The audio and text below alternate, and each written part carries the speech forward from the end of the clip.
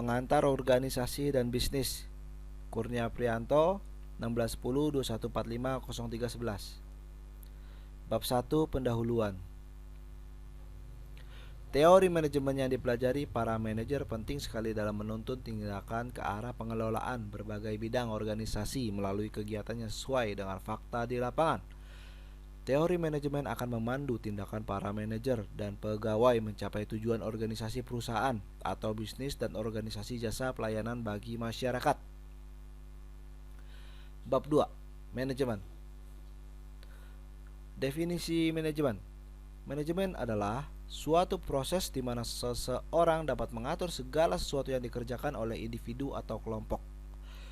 Manajemen perlu dilakukan guna mencapai tujuan atau target dari individu ataupun kelompok tersebut secara kooperatif menggunakan sumber daya yang tersedia. Perkembangan teori manajemen. 1. Manajemen ilmiah. Taylor mendeskripsikan manajemen ilmiah adalah penggunaan metode ilmiah untuk menentukan cara terbaik dalam menyelesaikan suatu pekerjaan. 2. Birokrasi. Max Weber mendefinisikan birokrasi dirumuskan untuk membantu mencapai tujuan organisasi dan menjalankan bisnis secara efisien. 3. Pendekatan hubungan manusia adalah sebagai bentuk reaksi terhadap gaya manajemen ilmiah dan birokrasi yang kurang memperhatikan aspek kejiwaan manusia sebagai pekerja. 4. Pendekatan baru hubungan manusia. Maslow tahun 1943 meletakkan kerangka kerja pendekatan baru hubungan manusia dengan berbasis pengembangan kepribadian dan motivasi berdasarkan atas hierarki kebutuhan manusia. 5. Pendekatan sistem. Pendekatan sistem menekankan kajian pada kedudukan organisasi sebagai suatu sistem dengan sejumlah subsistem yang saling berhubungan. 6. Pendekatan kontingensi. Pendekatan kontingensi merupakan sebuah cara berpikir yang komparatif berdasarkan perbandingan baru di antara teori-teori manajemen yang telah dikenal. Fungsi-fungsi manajemen. 1. Perencanaan. Perencanaan merupakan tindakan awal dalam aktivitas manajerial pada setiap organisasi. 2. Pengorganisasian. Pengorganisasian merupakan usaha penciptaan hubungan tugas yang jelas. Dengan demikian, setiap orang bekerja untuk mencapai tujuan organisasi. 3. Leading atau kepemimpinan. Kepemimpinan merupakan hasil daripada organisasi sosial yang telah terbentuk atau sebagai hasil dinamika daripada interaksi sosial. 4. Pengawasan. Pengawasan adalah proses membandingkan kinerja aktual dengan standar dan keperluan memperbaiki tindakan dalam pelaksanaan tugas. Prinsip manajemen. Menurut Malayu, prinsip adalah suatu pernyataan fundamental atau kebenaran umum yang dapat dijadikan pedoman pemikiran dan tindakan. Menurut Winardi adalah 1. Pembagian kerja, 2. Otoritas dan tanggung jawab, 3. Disiplin, 4. Kesatuan pemerintah, 5. Kesatuan arah, 6. Dikalahkannya kepentingan individu terhadap kepentingan umum, 7. Penghargaan atau balas jasa, 8. Sentralisasi, 9. Rantai bertangga, 10. Keteraturan, 11. Keadilan, 12. Stabilitas pelaksanaan pekerjaan, 13. Inisiatif, 14. Jiwa korps. Unsur-unsur manajemen. Man yaitu tenaga kerja manusia, baik tenaga kerja pimpinan maupun tenaga kerja operasional atau pelaksana. Money yaitu uang yang dibutuhkan untuk mencapai tujuan yang diinginkan. Method yaitu cara-cara yang dipergunakan dalam usaha mencapai tujuan. Materials yaitu bahan-bahan yang diperlukan untuk mencapai tujuan. Mesin yaitu mesin-mesin atau alat-alat yang diperlukan dipergunakan untuk mencapai tujuan. Market yaitu pasar untuk menjual barang dan jasa-jasa yang dihasilkan. Bab 3. Organisasi. Definisi organisasi. Organisasi adalah keseluruhan perpaduan unsur manusia dan non-manusia yang masing-masing memiliki fungsi dalam mencapai tujuan. Organisasi secara sistemik adalah sistem yang bersifat terbuka, seperti halnya sistem sosial. Unsur organisasi. 1. Tujuan. Tujuan suatu organisasi adalah untuk menghasilkan barang dan pelayanan. Kedua, pembagian kerja. Proses melaksanakan pekerjaan ke dalam suatu komponen kecil yang melayani tujuan organisasi dan untuk melakukan oleh individu atau kelompok disebut pembagian kerja. Ketiga, hierarki kewenangan. Kewenangan adalah hak untuk bertindak dan memerintah pribadi orang lain. Efektivitas organisasi. Organisasi adalah produk kebudayaan modern manusia, apalagi organisasi saat ini diarahkan kepada suatu kepemilikan sistem kerja yang memungkinkan tercapainya keinginan, kerjasama, dan tujuan manusia dengan sebaik-baiknya.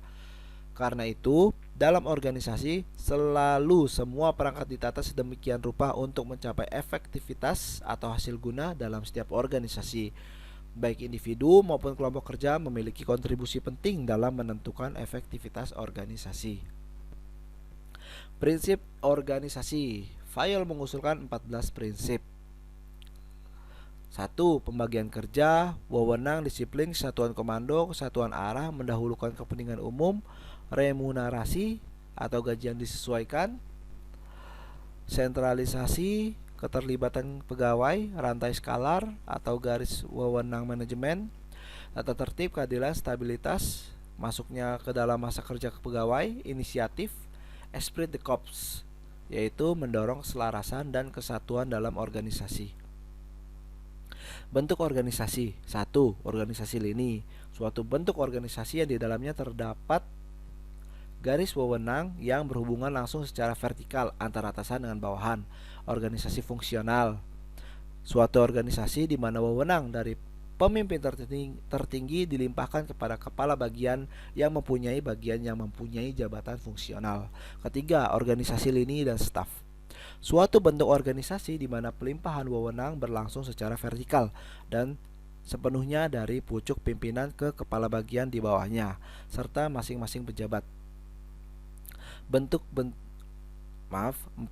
Organisasi fungsional dan lini. Bentuk organisasi di mana wewenang dari pimpinan tertinggi dilimpahkan kepada kepala bagian di bawahnya yang mempunyai keahlian tertentu, serta sebagian dilimpahkan kepada pejabat fungsional yang koordinasinya tetap diserahkan kepada kepala bagian. Bab 4. Kepemimpinan. Kepemimpinan adalah proses mempengaruhi orang lain dalam hubungan antara pimpinan dengan bawahan atau dengan pengikut. Menurut Frigon, kepemimpinan sebagai seni dan ilmu tentang proses memperoleh tindakan dari orang lain dan pencapaian visi. Teori-teori kepemimpinan. 1. Leader traits atau sifat-sifat pemimpin. Pemimpin berbeda dengan orang-orang lain. Kita telah mencatat bahwa pemimpin dapat mempengaruhi bawahan dalam mencapai tujuan. Kelihatannya sangat alami untuk mempertanyakan apakah rahasia seorang pemimpin terletak pada karakteristik atau sifat dari pemimpin itu, sifat-sifat kepribadian, karakteristik fisik, motif, dan kebutuhan. Kedua, kepemimpinan situasional leadership. Model kepemimpinan situasional merupakan pengembangan model watak kepemimpinan dengan fokus utama faktor situasi sebagai variabel penentu kemampuan kepemimpinan. 3. Pemimpin yang efektif, effective leaders. Mereka berpendapat bahwa pemimpin yang efektif adalah pemimpin yang menata kelembagaan organisasinya secara sangat terstruktur dan mempunyai hubungan yang bersahabat, yang sangat baik, saling percaya, saling menghargai, dan senantiasa hangat dengan bawahannya. 4. Kepemimpinan kontingensi model. Kepemimpinan kontingensi memfokuskan perhatian yang lebih luas, yakni pada aspek-aspek keterkaitan antara kondisi atau variabel situasional dengan watak atau tingkah laku dan kriteria kinerja pemimpin. 5. Kepemimpinan transformasional leadership. Pemimpin transaksional pada hakikatnya menekankan bahwa seorang pemimpin perlu menentukan apa yang perlu dilakukan para bawahannya untuk mencapai tujuan organisasi. Keterampilan yang harus dimiliki pemimpin: lebih banyak mendengar dan kurang berbicara, menanyakan masalah lebih banyak dan sedikit memberikan jawaban, cepat belajar dari kesalahan, mendorong pemecahan masalah dengan orang lain daripada memecahkan masalah untuk orang lain, membagi informasi daripada mendengarkannya, mendorong kreativitas, tidak berkompromi, mendorong kelompok kerja dan kerjasama, tidak merusak kompetisi, cepat memberikan kebebasan dan saling menghargai dalam kebebasan serta tidak bergantung, membangun komitmen kepimpinan mandiri dan tidak menyalahkan anggota, memimpin orang lain untuk mengarahkan diri mereka dan tidak mengawasi mereka dengan merasa lebih di atas, membangun struktur organisasi yang mendukung kepemimpinan mandiri seperti tim manajemen mandiri, kebaikan tim, keragaman pekerjaan, membangun sistem informasi melalui internet dan internet yang akan mendukung kepemimpinan mandiri, membangun suatu kepemimpinan mandiri yang holistik dan menyeluruh dalam organisasi. Fungsi bawaan kepemimpinan. Pemimpin adalah orang yang memiliki persyaratan bawaan harus muncul dalam tindakan tertentu untuk mencapai keberhasilan, seperti formulasi visi, peranan keteladanan, penyusunan sasaran. Kepemimpinan bakat bawaan hanya membuat kepemimpinan lebih mendekati upaya tindakan untuk berhasil, menurut Pierce dan Newstorm. Antara visi dan pemimpin masa depan. Salah satu fungsi kepemimpinan adalah menciptakan visi dan mengembangkan strategi untuk mencapainya. Secara tradisional, dalam waktu yang lebih stabil, pimpinan puncak mendefinisikan visi dan mengatur manusia dan sumber daya material untuk mencapai visi. Kunci sukses kepemimpinan: perlakukan orang lain sebagai sahabat, ciptakan kekuatan positif, ajak orang lain untuk ikut, memberi wewenang kepada pengikut untuk bertindak, perkuat diri Anda sendiri.